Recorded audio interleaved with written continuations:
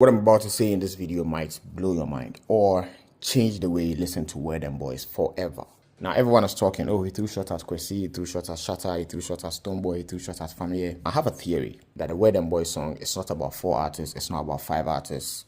It's only about 2 artists. I'm a man of science, and if I have a theory, what do? I try to disprove it as much as I can.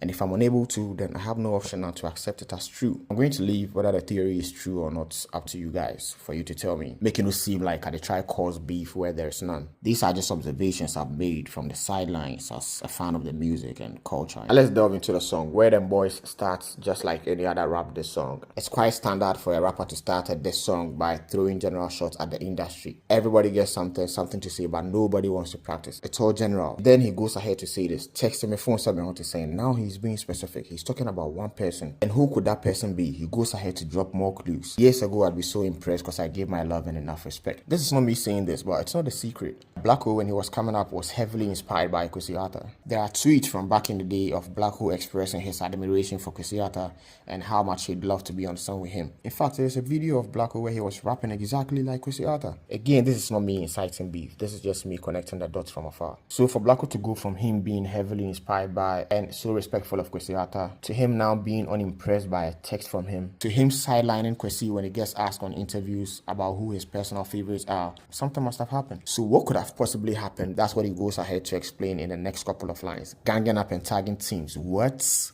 Talking beans, talking on me. What? With the cowboy from AliExpress. What? So this person who used to be his idol is now ganging up in a tag team with another person who Blacko describes as a cowboy from AliExpress.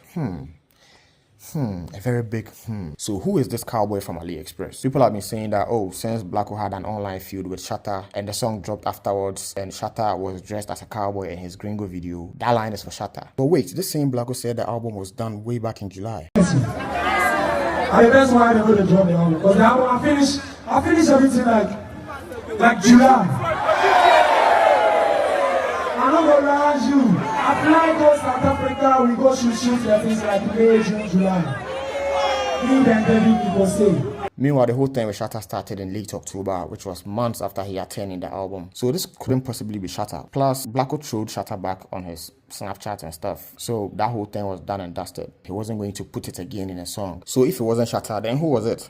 Let's keep going. Tell your boy have to keep that verse. Carry doing splendid. Dreams to be like you, empire me. If you had any doubt in your heart about who this idol turned rival is to Blacko, just one line should clear things up. Tell your boy have to keep that verse. We were all in this Ghana here when we saw behind the scenes footage of Kwesi Arthur shooting a music video with Blacko, which by the way, everyone was anticipating because it's something the streets need. But I'm sorry to tell you that song is never dropping. Forget. Montomo Dream. But there's still one mystery left. Who is this person that Blacko is accusing Kwesi of going to form a tag team with and to be talking on him? With that, we move on to the second verse. Here, your man is saying it's cheaper and easier to talk than to be a believer. And yes, I am Messiah for him, Peter. Again, this is not me saying this, but Fameye has been calling himself Peter for a while. And this all began when he started to draw inspiration from a more spiritual side of himself, while drawing influence from the Bible to present himself as a messenger, one who preaches his gospel through his music. You can tell from his outfits and his performances on stage that this whole Peter phase is just Fameye embodying this messiah figure in Ghanaian music. From songs like Praise and Not God to his albums Songs of Peter and 3 Times of Peter, which by the way, 2 dope albums. If you have not listened to any of them, go and do so right now. But then we all know who the messiah is, right? Jesus Christ.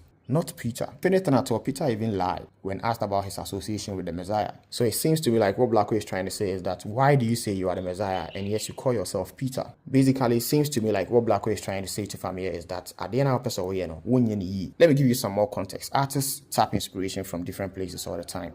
Blacko even did it himself for his new album. He tapped inspiration from Amachide Day with the whole Iron Boy thing. And you could see it in how he was moving, how he was dressing. You see him dressing in these metallic looking clothes, especially for the Iron Boy cover art, with all these metals in his braids and on his ear. He's embodying the concept of the Iron Boy, just so daddy ni pankasa.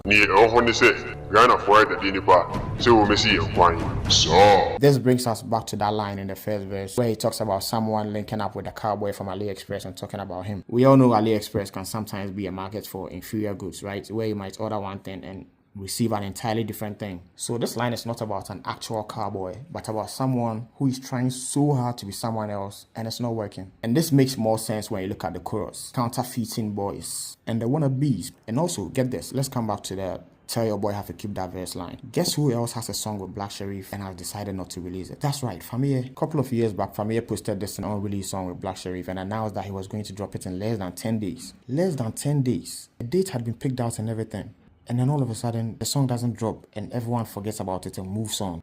Isn't this weird to you guys? It's no secret that Kwesi Arthur and It's no secret that Kwesi Arthur and Fameye have a great relationship, and it doesn't sound like a reach to say that the two artists went to sit somewhere and said some things about Blacko that he heard. That was why he was like, oh, you said I heard. If you listen to the song throughout, Blacko is just mad about two people saying something about him that he heard, that he was disappointed because he obviously looked up to the two people that he was talking about. For him to make a song about it should tell you just how much he cares about all that happened. But what could have possibly happened that would make Blacko go from admiration to now dropping a diss song? What could have possibly happened that would make Kwesi Arthur link up with Fameye and, I don't know, say whatever they said about Blacko, which he ended up hearing? For that, let me take you back in time a bit. Right up until March of 2023, Blacko and Kwesi seem to have a very good relationship. Kwesi would drop a song and Blacko would tweet it. Blacko would drop a song and Kwesi would tweet it. They would wish each other on their birthdays. But then all of a sudden, on March 3rd, 2023, Kwesi Arthur drops this song to Big Homie Flea titled Pain Interlude. And then just 5 days later, Big Homie Flea took to his ex and posted this. You let these mere mortals get in your head like I switched up on you. The plan was to shed light on another youth from the trenches. He came from the tree we planted.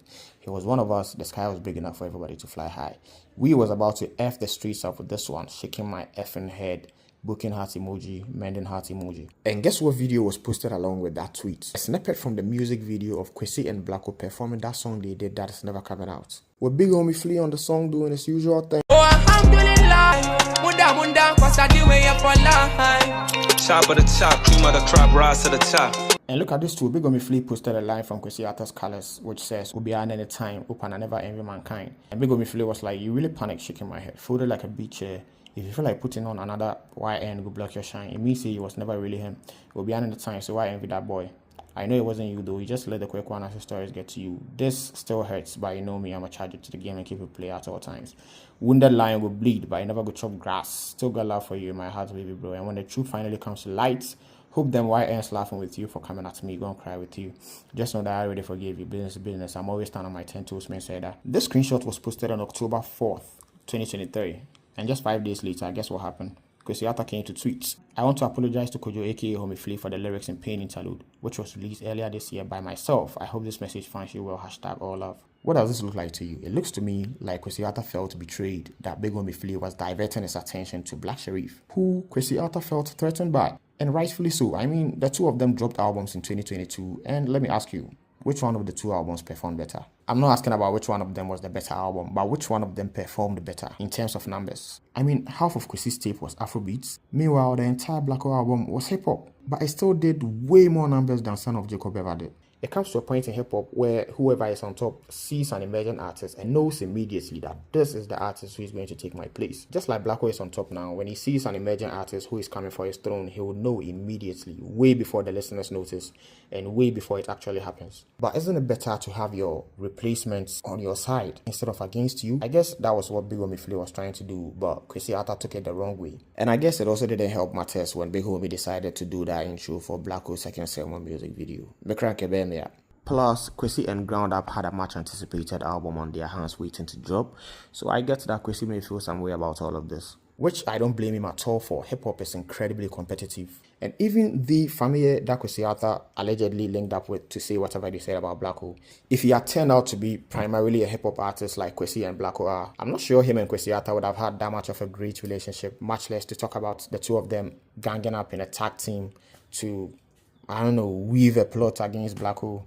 So yeah, fast forward to November 2023, Blacko came to tweet, "I love Kwesi Arthur so much, I wish he knew." And then 2 days later, Kwesi came to post a similar thing, saying he loves Blacko so much, he wishes he knew. Which all seemed to me like this one big final act of showing love to themselves publicly, because all that public love they were showing to each other stopped then. That was the end of it all. All those sharing each other's music, wishing each other on their birthdays, that was the end of it all. Also get this, Fameye announced he was going to drop his collaboration with Blacko in less than 10 days, right?